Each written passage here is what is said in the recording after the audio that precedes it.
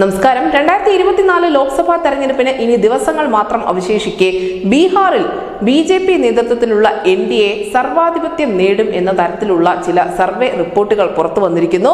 ABP C voter അഭിപ്രായ സർവേയിൽ ബീഹാറിലെ 50% വോട്ടുകൾ NDA നേടും എന്ന് തന്നെയാണ് പ്രവചിക്കപ്പെട്ടിരിക്കുന്നത്. മാത്രമല്ല INDAA എന്ന പ്രതിപക്ഷ മുന്നണിക്ക് വെറും 36% വോട്ട് മാത്രമേ നേടാൻ സാധിക്കൂ ബീഹാറിൽ എന്നുകൂടി ഈ സർവേ അഭിപ്രായപ്പെടുന്നു. ഈ അഭിപ്രായ സർവേയിൽ പങ്കെടുത്ത ആളുകളിൽ 69% ആളുകളും പ്രധാനമന്ത്രി നരേന്ദ്രമോദി തന്നെ 3ാം വട്ടവും അധികാരത്തിൽ വരണം എന്ന് ആഗ്രഹിക്കുന്ന ആളുകളാണ്. അതേസമയം 23% ആളുകൾ മാത്രം രാഹുൽ ഗാന്ധി പ്രധാനമന്ത്രി പദത്തിൽ എത്തണമെന്ന് അഭിപ്രായം രേഖപ്പെടുത്തിയിട്ടുണ്ട്.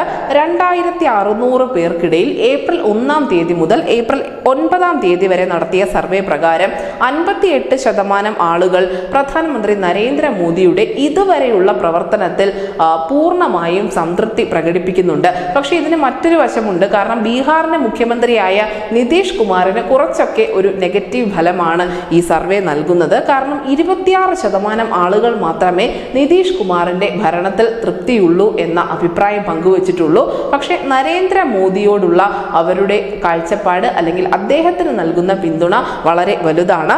എന്തായാലും 2019 ലോക്സഭാ തെരഞ്ഞെടുപ്പിൽ നമുക്കറിയാം ബീഹാറിലെ 40 സീറ്റുകളിൽ 39 NDA സഖ്യം തന്നെ സ്വന്തമാക്കിയിരുന്നു.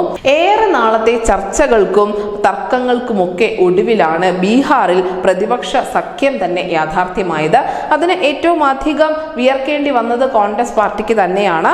എന്നാൽ അത്തരത്തിലുള്ള അധ്വാനങ്ങൾക്കൊന്നും യാതൊരു ഫലവും ഉണ്ടാകാൻ പോകുന്നില്ല എന്ന് തന്നെയാണ് ഈ സർവേ ഫലങ്ങൾ സൂചിപ്പിക്കുന്നത്.